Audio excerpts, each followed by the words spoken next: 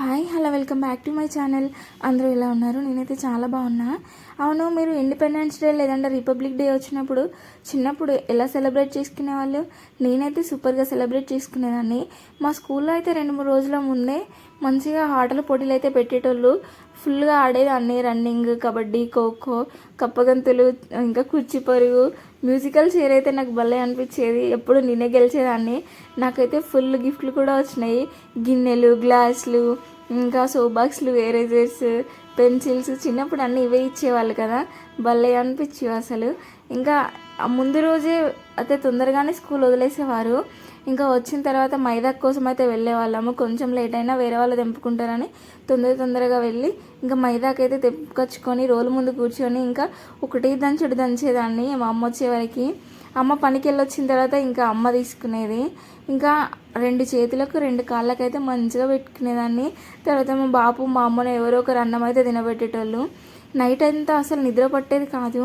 మా అమ్మనైతే అమ్మ తెల్లారిందా అని ఎన్నిసార్లు లేపుతున్నావు.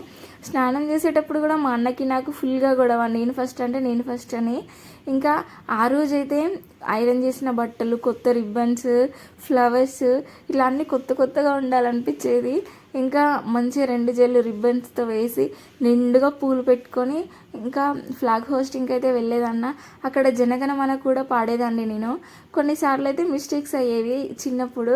ఇంకా కొంచెం పెద్దగైన తర్వాత బాగా నేర్చేసుకొని బాగా పాడేదాన్ని. ఇంకా హాస్టల్లో అయితే నార్మల్, ఇంకా ముందు రోజే అమ్మ కోను, డ్రెస్ అవి తీసుకొచ్చేది, ఫ్లవర్స్ కూడా. ఇంకా తీసుకొచ్చిన తర్వాత ఆ రోజు హాస్టల్లో అయితే ఫ్లాగ్ హోస్టింగ్ అయిపోయిన తర్వాత స్టడీ అవర్సే ఉండేవి రెగ్యులర్గా. ఇంకా ఏదో ఒక స్వీట్ అయితే పెట్టేటోళ్ళు. భలే అనిపించేది నిజంగా. ఈ జనగణమన పాడినప్పుడు అక్కడ ప్రజెంటేషన్గా ఒక బుక్, ఒక పెన్ను కూడా ఇచ్చేవాళ్ళు. ఎంత బాగా అనిపించేదో నిజంగా. నేను 5th క్లాస్లో ఉన్నప్పుడు నాకు ఒక ప్రజెంటేషన్ అంటే ఒక షీల్డ్ కూడా ఇచ్చారు. నేను మా క్లాస్ టాపర్ ఉండే 5th క్లాస్లో. ఇంకా అందరి ముందు రాజపల్లి తేజ అని నా పేరు చెప్పి అసలు ఇస్తే భలే హ్యాపీగా ఫీల్ అయినా నేనైతే. మా బాపు అయితే ఇంకా ఫుల్ హ్యాపీగా ఫీల్ అయ్యిండు అసలు. దానిపైన నా నేమ్ కూడా కొట్టించుకొచ్చిండు. ఇంకా ఉంది మా ఇంట్లో అయితే. అది భలే అనిపిస్తుంది అది చూసినప్పుడల్లా.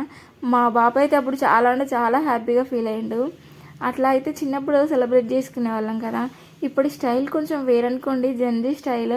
మీరు ఎలా సెలబ్రేట్ చేసుకునేవారు? మీరు ఎట్లాంటి విషయాలు ఎక్స్పీరియన్స్ చేశారో నాతో కమెంట్లో షేర్ చేసుకోండి. ఇంకా ఈరోజైతే నేను బీరకాయ కర్రీ చేస్తున్నా సింపుల్గా. ఇంకా బీరకాయలు కట్ చేసా, తర్వాత కర్రీ అయితే స్టార్ట్ చేస్తున్నా. బుజ్జిబాబు అయితే కొంచెం లేట్గానే లేచిండు, అందుకే కొంచెం ప్రశాంతంగా చేసుకుంటున్నా. ఇంకా ఆయన లేచిందంటే అస్సలు వశపడేది ఆయనతోని. ఆల్రెడీ లేచిపోయింది ఈ టైంకి. ఇంకా బుజ్జిబాబును హ్యాండిల్ చేస్తూ నేనైతే ఇక్కడ బీరకాయ కర్రీ చేస్తున్నా. ఇంకా మీరు ఎట్లా సెలబ్రేట్ చేసుకునే వాళ్ళు రిపబ్లిక్ డే లేదంటే ఇండిపెండెన్స్ డే నాతో కమెంట్లో షేర్ చేసుకోండి.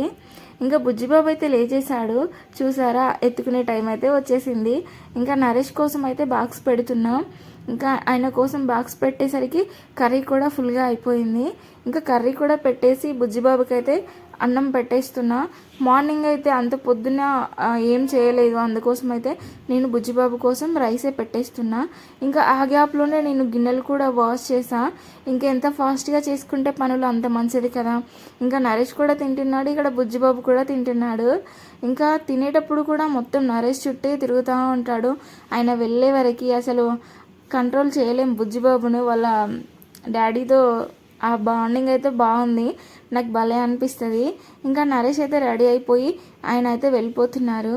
ఇంకా బాయ్ చెప్పడానికైతే మేము బయటికి వెళ్ళాము. ఎవ్రీడే బయటికి వెళ్ళి బాయ్ అయితే చెప్పేస్తాము. ఇంకా బుజ్జిబాబు చూడండి ఎలా చేస్తున్నాడో వాళ్ళ డాడీ సైడ్ కిందికి. ఇంకా నరేష్ అయితే వెళ్ళిపోయాడు. ఈ వీడియో మీకు నచ్చితే లైక్ చేయండి. బాయ్.